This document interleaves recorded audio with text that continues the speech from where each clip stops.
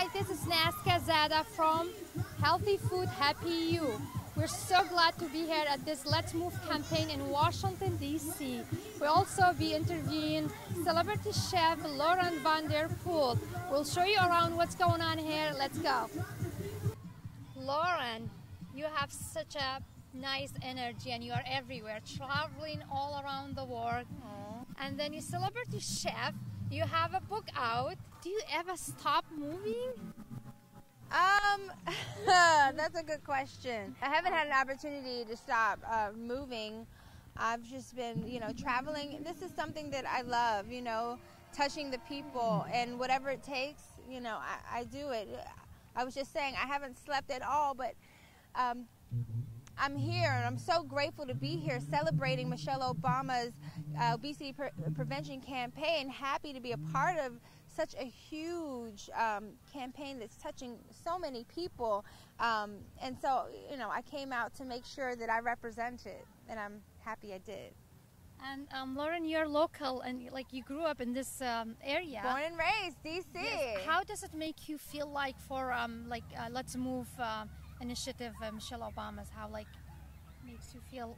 Well, it makes me feel great that this is happening. I grew up in DC when it was the murder capital, and even the neighborhood that we're in, Deanwood, it's a food desert. I tried to go to a grocery store just now, 4 miles to get to a grocery store. We're in a place where people don't have cars typically, and so you're set up for failure, because you don't have the options to choose from. And so that's why I really love the Let's Move campaign, because it not only raises awareness about what you're putting in your body, but also exercise. People forget that element. You can eat well, which is important, but you've got to pair it with exercise so you can be strong and healthy and really go out there and function on a high level, whether it's in the schoolroom or out on a football field or the tennis court. Tell me, how is it like to be celebrity chef and traveling with the sisters Williams? First of all, I love Serena and Venus. They're like my sisters. It's an amazing journey to have been with them for the past 2 years, traveling everywhere from Charleston, South Carolina to Qatar, and Mauritius, and places I had never even heard of, So it's definitely enriching for me, and it's really great because I get to, delve into the different spices and ingredients that are, all around the world that our planet has to offer us. So I'm very fortunate in that bag. I love the title of your book, Eat Yourself Sexy. Let's talk about that.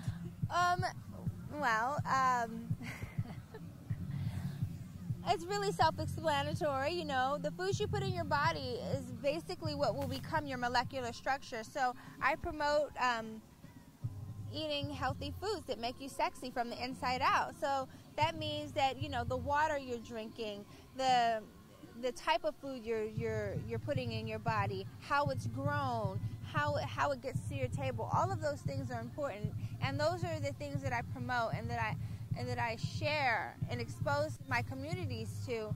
So I like to give people the best of it, and that's what I really explain in my book.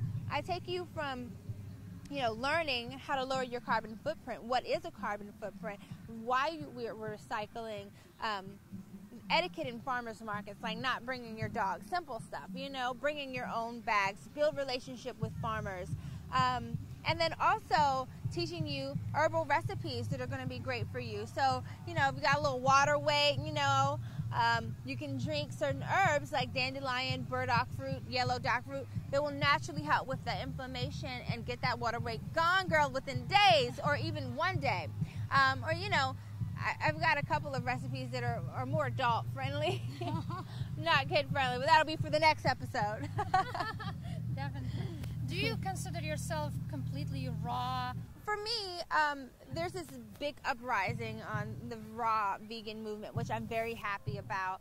I started on this path 13 years ago when it wasn't so popular, and I started 100% raw.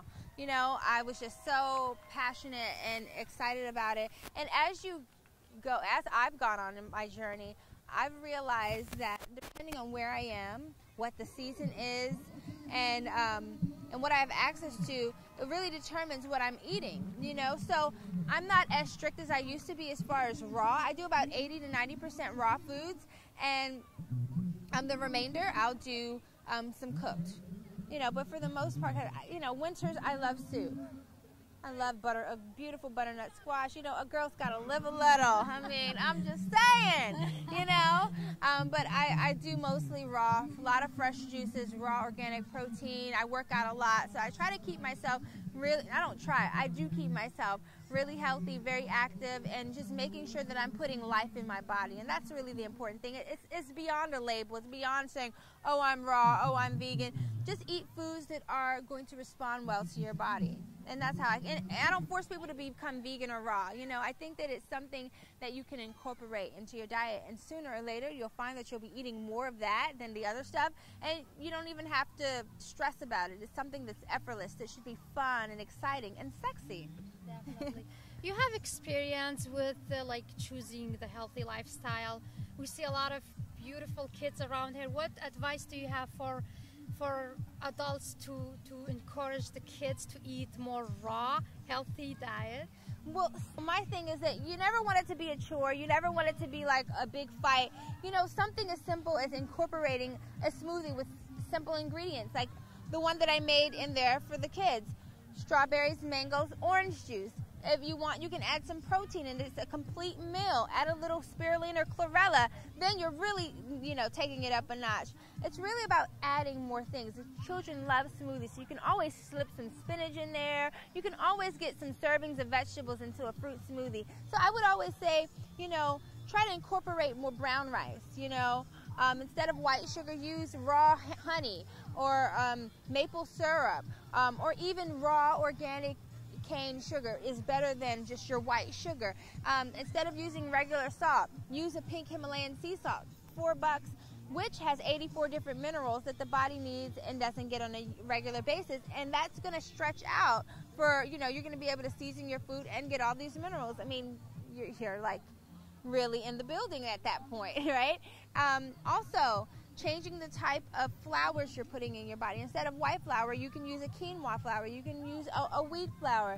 You can use a spelt flour. I mean, all of these different ingredients that we have to choose from that I really enjoy exposing parents to, so that they can slip it in to the kids' food. So the kids don't have to know that, you know, there's, you know, something really special like in the salt, that the pink Himalayan sea salt is giving 84 minerals. Although it's great to know, if you make that change, the child isn't going to say, hey mom, you know, what kind of salt is this? No one's going to say that. But if you just switch it, I find that the responses are really astounding, and you find that these children are excited to eat healthy. They want to eat their vegetables, so you just have to have it available for them.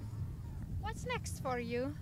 Oh, well, TV show, my product line, another book, more books, audio books, seminars. I mean, I'm building a multi-billion-dollar empire. That's my goal. And it's a green and sustainable empire that's going to be able to touch all of humanity. And that's my goal, is to feed the world and help kids feed the world.